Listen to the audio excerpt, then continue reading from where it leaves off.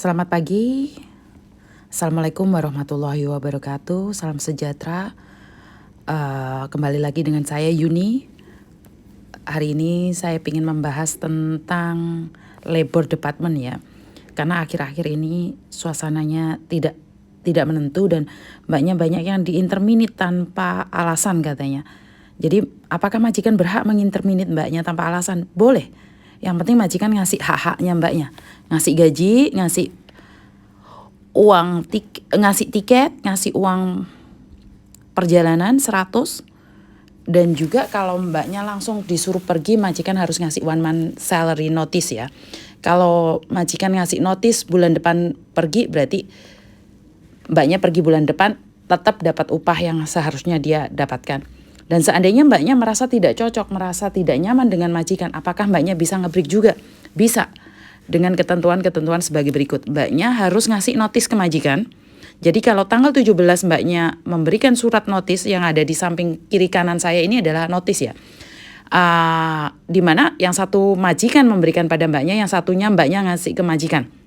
Jadi di situ sangat jelas sekali bahwa ada emansipasi menurut saya adalah.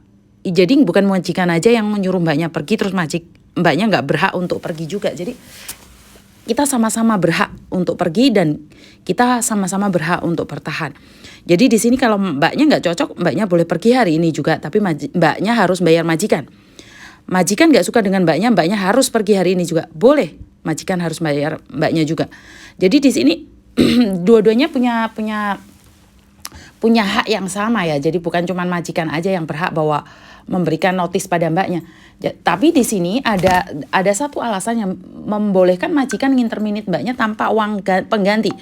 Contohnya, kalau mbaknya tidak mematuhi peraturan dari majikan, sepertinya mbaknya bohong atau punya utang bank atau perlakuan yang tidak bagus atau selalu lupa tidak mengerjakan pekerjaan, itu buat majikan jengkel dan mbaknya diinterminate tanpa notis.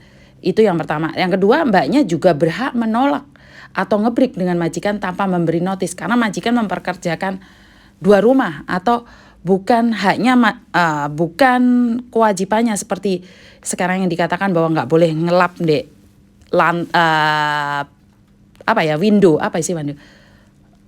jendela di ketinggian. Jadi mbaknya bisa menolak, tapi majikan maksa terus, mbaknya bisa menolak tanpa dan memberikan notis pada majikan dan boleh pergi. Jadi itu ketentuan-ketentuan. Kenapa kadang-kadang terjadi seperti itu? Karena sama-sama tidak memahami, sama-sama tidak mengerti. Jadi terjadilah pertengkaran itu. Itu yang pertama. Dan yang kedua, di sini kenapa saya lampirkan mbaknya yang punya utang? Kenapa saya lampirkan mbaknya yang punya utang? Karena ini terjadi majikannya dilema ya, antara mau ngebreak, mau nginterminate mbaknya atau mau mempertahankan mbaknya. Karena posisi saat ini jarang pembantu, jadi nggak ada pembantu untuk sementara ini di Hong Kong. Kalaupun ada, prosesnya sangat sulit. Jadi tiap hari majikannya pintunya digedor. Mbaknya sangat hebat sekali karena punya kartu kredit, utangnya melebihi gaji dia sendiri. Jadi kenapa saat-saat corona seperti ini, saat-saat sulit seperti ini, mbaknya malah memilih utang bank? Apapun alasannya, dibohongin teman atau apapun. Sebenarnya ini sangat mengecewakan sekali ya mbak ya. Jadi menurut saya adalah jangan lakukan tindakan, jangan lakukan sesuatu yang menurut mbaknya nggak benar gitu loh. Kalau gaji kita cuma 6.000, masa utang kita 10.000?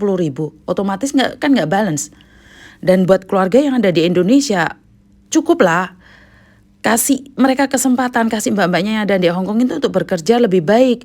Jangan ditekan terus sampai utangnya segitu banyak. 1 bulan 10.000 mbak. Nggak cukup, gaji cuma 6.000. Ini yang beruntung gaji 6.000. Terus gaji yang standar gimana? Keluarga di Indonesia gimana? Itu aja pesan dari saya. Terima kasih. Dan saya selalu bisa ngasih semangat. Solusinya adalah banyak-banyak doa aja. Karena saya tidak tahu lagi harus berbicara apa saat-saat seperti ini. Dan Tuhan selalu bersama kita, memberkati kita.